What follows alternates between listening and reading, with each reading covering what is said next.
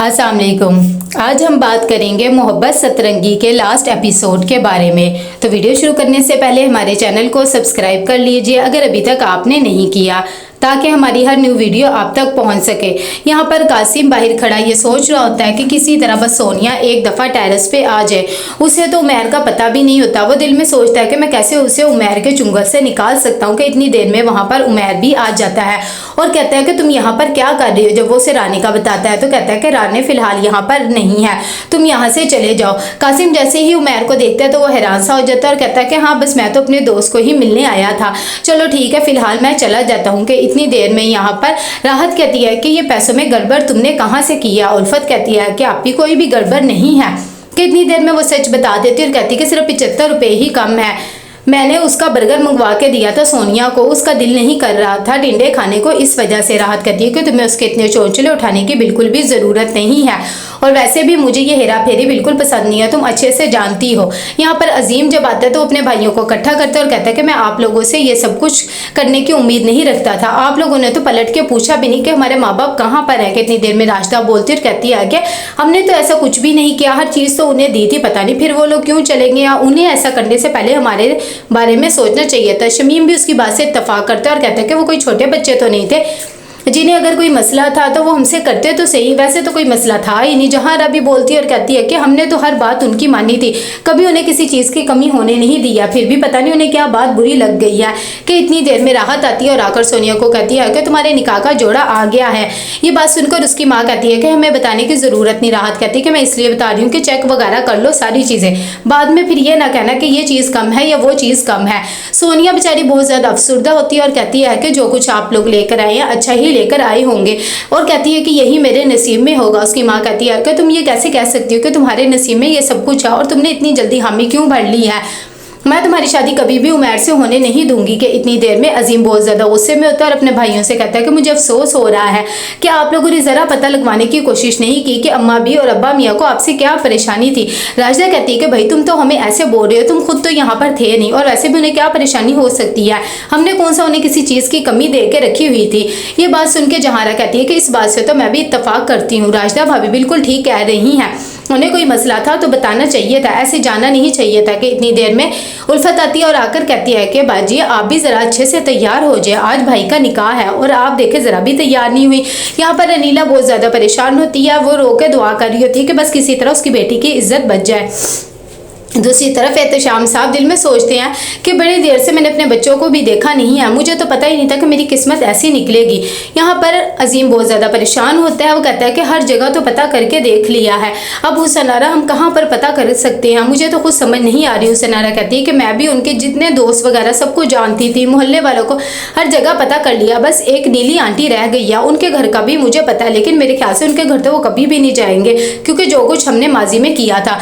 कि ये सब बातें करके वो कहती है कि मैं तो यहाँ पर वैसे भी जिंदा लाश हूँ। अजीम कहता है कि तुम बिल्कुल भी परेशान हो, इस दफ़ा मैं तुम्हें अपने साथ ही लेकर जाऊँगा। यहाँ पर उमैर आ जाता है और आकर कहता है कि मैं तो तैयार हो गया हूँ, निकाह की भी मैंने सारी तैयारियां वगैरह कर ली हैं, अब बताओ मैं कैसा लग रहा हूँ। उसकी बहन जब अपने भाई को ऐसे देखती तो कहती है कि मेरा भाई तो बहुत ही प्यारा लग रहा है, किसी की नज़र ना लगे, लेकिन ये सब तैयारियां वगैरह तुमने कैसे करी हैं। तो उमैर बता देता है कि इनके घर का सारा सामान वगैरह मैंने भेज दिया, अब ये यहाँ पर शिफ्ट हो रही है, इन्हें उस घर की क्या ज़रूरत है। सुनकर अनीला को एकदम चक्कर आने लग जाते हैं कि थोड़ी देर में कासिम भी पुलिस को लेकर आ जाता है, वो उमैर को पकड़ लेते हैं। साथ ही उमैर कहता है कि मैंने क्या किया है। कि इतनी देर में कासिम कहता है कि इन्हें सब कुछ पता है कि तुमने क्या किया और क्या नहीं किया। सोनिया भी बताती कि ज़बरदस्ती निकाह कर रहे हैं, मैं इससे निकाह भी नहीं करना चाहता था।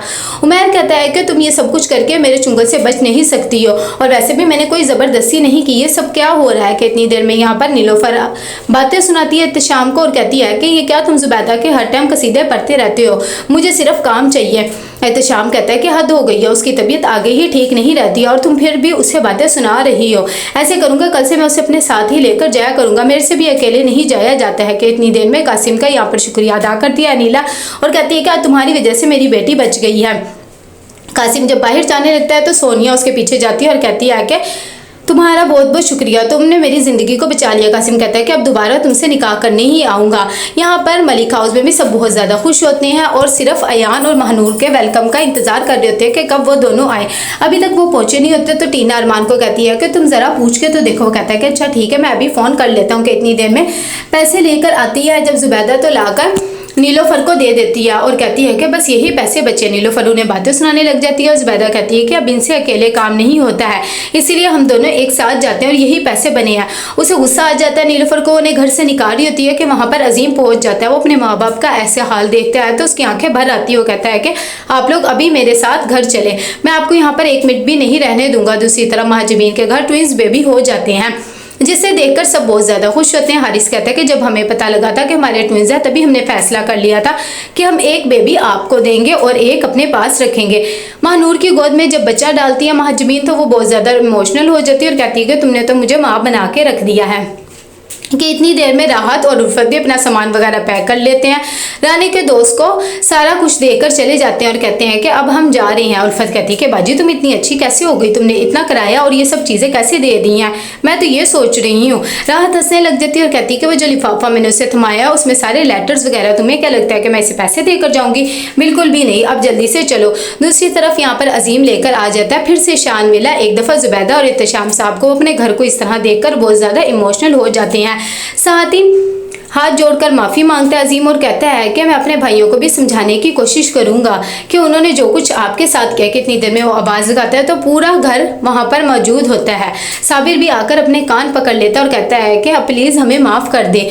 साथ ही शमीम भी ऐसे ही करता है और कहता है कि जब हम बचपन में गलती करते थे तो ऐसे ही आपसे माफ़ी मांगते थे। ये सब चीज़ें देखकर उनके माँ बाप भी इमोशनल हो जाते हैं और ज़ुबैदा कहती है कि मेरे लिए तो मेरे बच्चे ही बस सबसे ज़्यादा ज़रूरी हैं और कुछ भी ज़रूरी नहीं है।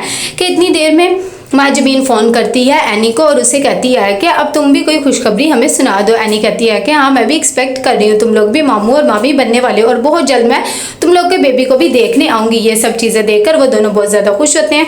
महाजबीन कहती है कि बस अब कमी रहेगी तो अम्मा भी और अब्बा मियाँ की। ये बात सुनकर हारिस कहता है कि इंशाल्लाह बहुत जल्द वो भी हमें अपनी दुआओं में शामिल कर लेंगे। तो कैसा लगा आपको एपिसोड? लाइक और शेयर करके लाजिम बताइएगा। अल्लाह हाफिज़।